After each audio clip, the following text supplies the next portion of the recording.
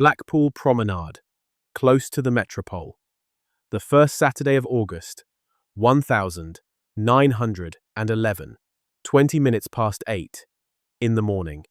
Ellen Whitworth, a sorting clerk at the resort's Crown Post Office for 6 summer seasons, unlocked the pillar box set into the promenade wall and began emptying it into a canvas sack before the holiday crowds on the sands had properly woken.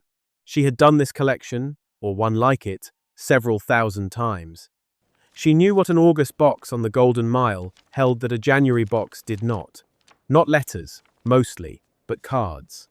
Hundreds of them, stacked loose against the sack's canvas, addressed in pencil and indelible pencil, and the occasional fountain pen, to Bolton and Oldham and Rochdale and 100 other mill towns whose names she had come to recognize from the handwriting on the fronts alone before she had even turned them to read the ink. One card, near the top of that morning's box, was addressed, in a hand pressed hard enough to leave a groove in the cardboard, to a house on a terrace street in Bolton. It carried a picture of the very promenade Ellen was standing on. It had been bought at a stall not 40 yards from the pillar box, written in perhaps 2 minutes on the corner of a boarding house table, and dropped into the slot before its sender had gone in for breakfast. It would be sorted at the resort office within the hour, sent on by rail that afternoon, and delivered to a Bolton doorstep by the first post the following morning arriving, in all likelihood, before the family who received it had finished their tea. Ellen did not know what the card said. She could not have read it without turning it over, and even then the message ran to perhaps a dozen words. But she had emptied enough August pillar boxes to know something about what a card like this one was actually doing, travelling from a seaside wall to a mill town doorstep in under 24 hours. It was not delivering information. Bolton would already know, roughly, where its holidaymakers had gone and when they were expected back. So what was a halfpenny card, bought at a seafront stall and written standing up, actually for? Before there could be a card like the one in Ellen Whitworth's sack, the post office had to change its own rules twice. For nearly a quarter of a century after 1870, the only postcards permitted through the British mail were plain, government-issued cards, printed with a stamp and nothing else. Private publishers could not put pictures on cards and send them at the cheap rate. A picture meant an envelope, and an envelope meant paying a full penny instead of a halfpenny. It was not until the 1st of September, 1894, that the post office relented and allowed privately printed cards to travel at the halfpenny rate, provided they carried an adhesive stamp. Even then, the rules kept the picture small. The correspondence had to share the same side as the address, so publishers were left printing a modest illustration in one corner and leaving the rest of that side blank for writing. The change that actually made the Seaside Postcard possible came in January 1902.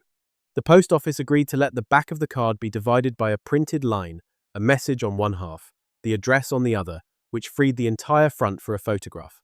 Britain was the first country to allow this. The effect was immediate and dramatic. Postcard volumes that had run to tens of millions a year climbed, within a decade, to figures the post office itself had not built its Edwardian sorting system to expect. By the end of Edward VII's reign in 1910, more than 800 million postcards were being sent annually in Britain. A Staffordshire Museum's records for 1913 put the figure above 900 million, something in the region of 20 for every man, woman, and child in the country. None of that volume was accidental. It existed because a government department, under sustained public pressure, had agreed to redraw a line on the back of a small piece of card, and because the seaside resorts of England had, by 1902, already built the one thing the divided back needed to succeed: millions of people, on holiday, wanting to send a picture of where they were to someone who was not. Before we continue, if this kind of documentation is what you've been looking for, consider subscribing. Every video on this channel goes into one specific element of the Royal Mail between 1900 and 1980. The vehicle, the round, the sorting office, the postcard, and the letter that the system carried. Not nostalgia for red vans and seaside snapshots, the documented operational reality of a postal system, and the specific human meaning of what it delivered before the telephone changed. what it meant to wait for news. The Seaside Postcard cost a halfpenny, took perhaps 2 minutes to write, and said almost nothing specific, and that was exactly why it mattered so much to the person standing at the letterbox the next morning. And if you remember these cards, sent them, kept them, or found a box of them after a relative died, put it in the comments. If you've ever kept a Seaside Postcard one sent to you, or one you found in a relative's tin box or the back of a drawer, what did it say, and who sent it? Next time on this channel, what a British sorting office looked like at 3 in the morning during the December Christmas peak, and what the seasonal workforce brought in to handle it were actually doing to the mail passing through their hands. Back to the promenade. Harold Kenyon was 34 in August 1911, a cotton weaver at one of Bolton's spinning mills, and he was on the Golden Mile with his wife Ada and their 2 children, because the mill had shut for Wakes Week, and there was, quite literally, nothing else to do with the week in Bolton. Every loom in the building had stopped, the boiler had gone cold for its annual overhaul, and the whole street had gone to the coast because the alternative was a week spent looking at a silent mill. This is the kind of holiday documented at length in Lancashire's Wakes Week records. Each cotton town took its shutdown in a different week between June and September, staggered so that the region's mills could carry out maintenance without every town's workers converging on Blackpool at once, and so that a family's week away did not have to compete with every other family's on the same trains. Bolton's turn came in August. Harold and Ada had saved toward the week for months, in one of the mutual holiday clubs that mill workers commonly used. And they were staying in a boarding house 2 streets back from the front, not on the promenade itself, which was for visitors of a different income, but close enough to walk it in 5 minutes. The postcard Harold bought that Saturday morning cost a halfpenny from a wire rack outside a newsagent's, one of dozens of nearly identical racks along that stretch of front, each one turning slowly as customers spun it, looking for a specific view. The tower, the pier, the beach, at low tide, with the donkeys drawn up in a line. He chose one, showing the promenade itself the sensible choice, since it meant Annie Openshaw, his sister, back on Vernon Street in Bolton, would be able to look at the picture and understand, more or less exactly, where her brother had been standing when he wrote to her. He wrote the message leaning on the boarding house windowsill, in pencil, because he did not own a fountain pen and would not have trusted one not to smear on cheap cardboard. It took him, perhaps, 90 seconds. He was not a letter writer. None of what Harold Kenyon's Wakes Week required of him involved composing sentences, but a postcard did not ask him to be one. It asked him to decide that Annie should know he was here, and then to walk the message the 40 yards to the pillar box before he lost the decision to the day's other business. To understand why a card written at a boarding house windowsill on a Saturday morning could reach a Bolton doorstep by Sunday's first post, you have to understand what the Edwardian post office had actually built to move mail through a resort town in August. The pillar box Ellen Whitworth emptied that morning was one of several dozen along Blackpool's front, each with its own collection times printed on the door, a detail that mattered, because a card dropped before the early morning collection could catch a train that afternoon that a card dropped an hour later would miss entirely. The resort's Crown Post Office ran extra staff through the summer weeks, specifically because the town's population and its postal traffic multiplied several times over between June and September. Blackpool alone was drawing millions of visitors a year by the 1920s, the overwhelming majority of them from the mill towns of Lancashire and West Yorkshire, and every one of those visitors was a potential sender of 2, 3, a dozen cards over the course of a week's stay. Once collected, cards were sorted at the resort office by destination and sent on by the next available train, where they joined the ordinary flow of the National Postal Network, a network built, by this period, around multiple deliveries a day in most British towns. A card posted from Blackpool by the late morning collection could, depending on the train connections, be sorted again at a Bolton or Manchester office and delivered on the very same day. One posted in the afternoon would typically arrive with the first delivery the following morning. Britain's postal historians describe deliveries at 4 times a day or more in this period, considerably more. Again, in London, a frequency built for business correspondence and personal letters, and which the Seaside Postcard simply rode alongside. None of this was designed with the holiday postcard specifically in mind. It was designed for the general correspondence of an industrial nation. But the divided back card, cheap and quick and requiring no envelope, fit into that machinery so efficiently that by the end of Edward VII's reign, the country was sending over 800 million of them a year, a figure that, by 1913, had climbed past 900 million. Something in the order of 20 cards for every person in Britain, man, woman, and child. The system had not been asked to carry that volume. It simply could, because the deliveries were already running, the trains were already moving, and the halfpenny stamp was already the cheapest thing in the post. Annie Openshaw was at home on Vernon Street the Sunday morning. The card arrived, and what she did with it, reading it, standing at the door, turning it over to look at the picture a second time, propping it on the mantelpiece, where the rest of the family would see it over the following week, was not really a response to information. Harold's card told her almost nothing she did not already know. That he was in Blackpool, that the weather was reported as fine, that they would be back Saturday. Bolton's mills emptied on a published schedule. Annie had known the shape of her brother's week before he had written a word. What the card gave her instead was evidence, a small, specific, physical proof that the holiday had actually happened, that Harold had actually stood where the picture showed, that he had, in the middle of a week that was his only real time off in the entire year, thought of his sister back on Vernon Street for the 90 seconds it took to write her name and drop the card in a box.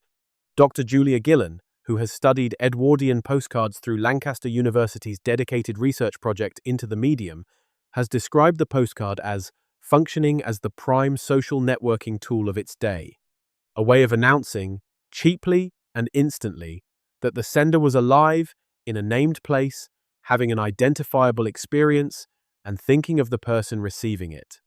That was the entire content of the message, whatever words actually appeared on the card. The phrase "wish you were here" when it turned up was not really an invitation. It was a signature on the fact of having been thought about. For a family like the Kenyans, whose week at Blackpool represented the one holiday of their working year, the card was also something closer to a receipt. It proved, in a form that could be kept, that the holiday had happened at all, that the sea had been seen, the pier walked, the money in the holiday club spent on the thing it had been saved for. A letter, with its paragraphs and its privacy, asked something of the person writing it. Time, composition, a settled hour at a desk. A postcard asked only for the decision, and because it asked so little, it was written and sent far more casually and far more often than a letter ever would have been, which is exactly why a single working-class family's week at the seaside could produce 2 or 3 or a dozen of them. One to a sister, one to a neighbour, one to a workmate who had stayed behind minding the mill's boilers through the shutdown. A postcard from Blackpool to Bolton passed through the hands of at least 3 or 4 people who were not its intended reader before it reached Annie Openshaw's letterbox, Ellen Whitworth, at the pillar box, a sorting clerk at the resort office, a travelling post office sorter on the train, a postwoman on the Bolton round, and every one of them could, in principle, have read what Harold had written, because nothing on a postcard was sealed. This was the form's most basic limitation, and it shaped what people actually put on the back of one. Nothing private, nothing that could not survive being read by a stranger, nothing that would embarrass either the writer or the receiver if a neighbour on the round happened to glance down. Whatever a postcard carried, it carried in public. The divided back also enforced a second limit, one that had nothing to do with privacy. There was simply not much room. Half a card, printed with a faint ruled line, gave a writer perhaps 30 or 40 words before the space ran out enough for "arrived safely, weather grand, Harold's feet are sore from the sand, back Saturday, love to all," and not much more. This was not a flaw the post office had failed to fix. It was, in practice, the entire appeal of the form.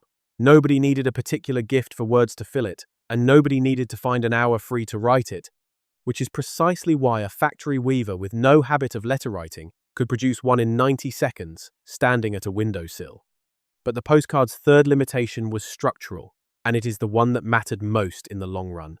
A letter invites a reply. In a way, a postcard rarely does it asks a question, or leaves room for one, or simply signals that a correspondence is underway. A card announces and moves on. Annie Openshaw did not sit down that Sunday afternoon to write 90 seconds worth of reply to Harold in Blackpool, not because she had nothing to say, but because the form itself was built as a broadcast rather than a conversation. A signal sent outward, received, kept, and not, in the ordinary run of things, answered in kind. For all its charm and its genuine social usefulness, the Seaside Postcard was, and every family that ever sent a stack of them from a resort front understood this, without needing to be told, a thin form of communication. Adequate for staying present in someone's life. Never quite enough, by itself, for a real exchange. Before you can understand what the Seaside Postcard actually cost the postal system to carry, you need to understand what a resort town's summer did to that system's ordinary operating rhythm. Blackpool's population and postal traffic did not rise gradually across the season. It surged, town by town, as each Lancashire and Yorkshire mill took its wakes week, in turn, between June and September, a staggering arrangement documented at length in the region's industrial history, designed precisely so that the rail network and the resort's accommodation would not have to absorb every mill town's holidaymakers in the same 7 days. For the receiving post office, this meant a rolling peak that repeated itself in a new form roughly every week from early summer to early autumn, each one bringing a fresh wave of visitors who would, in the space of a week, generate a volume of outgoing postcards that the office's ordinary winter staffing had never been built to sort. The post office answered this the way it answered every predictable seasonal surge, with extra hands brought in for the weeks that needed them and released once the season had passed. It is the same operational logic that would, decades later, staff the December Christmas peak in sorting offices across the country, additional sorters at the frames, additional collections from the boxes that mattered most, additional care taken over the specific geography of a resort town's postal traffic, because a card posted from the wrong box, or missed by an hour, arrived at its Lancashire doorstep a full day later than it should have. The postcard also carried a social use beyond the sentimental one. Through the interwar years, seaside shops sold enormous quantities of comic postcards alongside the scenic ones, the type associated with the artist Donald McGill, produced from 1904 into the 1960s, with a single Blackpool shop reported to have sold around 1 million of them in 1939 alone. These cards were not evidence of a specific personal experience in the way a photographic view card was. They were a shared joke, bought because the joke was funny and because sending it was itself part of the holiday's ritual. One more small act that told the recipient the sender had been thinking of them, even if the thought in question was mostly about making someone laugh. The Seaside Postcard did not remain the property of the railway-born Wakes Week holidaymaker. Through the years after the Second World War, as car ownership spread beyond the middle classes and touring by road opened up stretches of coastline that the railway timetable had never served particularly well, the postcard habit followed the holidaymaker outward from the traditional resort towns into a wider and more varied set of destinations, caravan parks, coastal campsites, and smaller seaside villages that a Bolton Mill family in 1911 would have had no easy way of reaching, all acquired, in time, the same small apparatus the Golden Mile had built decades earlier, a shop selling postcards, a postbox at the site entrance or the nearest village corner, a collection time that mattered to anyone hoping their card would beat them home.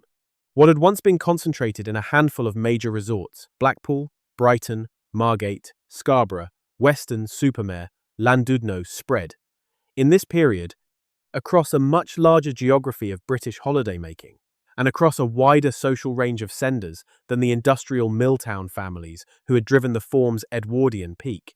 The ritual itself barely changed. Buy the card, write the 90 seconds worth of message, find the box, catch the collection. What changed was who was doing it, and from where. This wider reach came at the same moment the postcard's underlying volume, measured against the whole of Britain's postal traffic, had already begun a long decline from its Edwardian summit. The Sussex postcard historian George Webber's figures show picture postcard numbers falling from a peak in the middle of the Edwardian decade to a fraction of that total by the eve of the First World War, even before either World War or the arrival of the telephone had begun to compete with the form directly.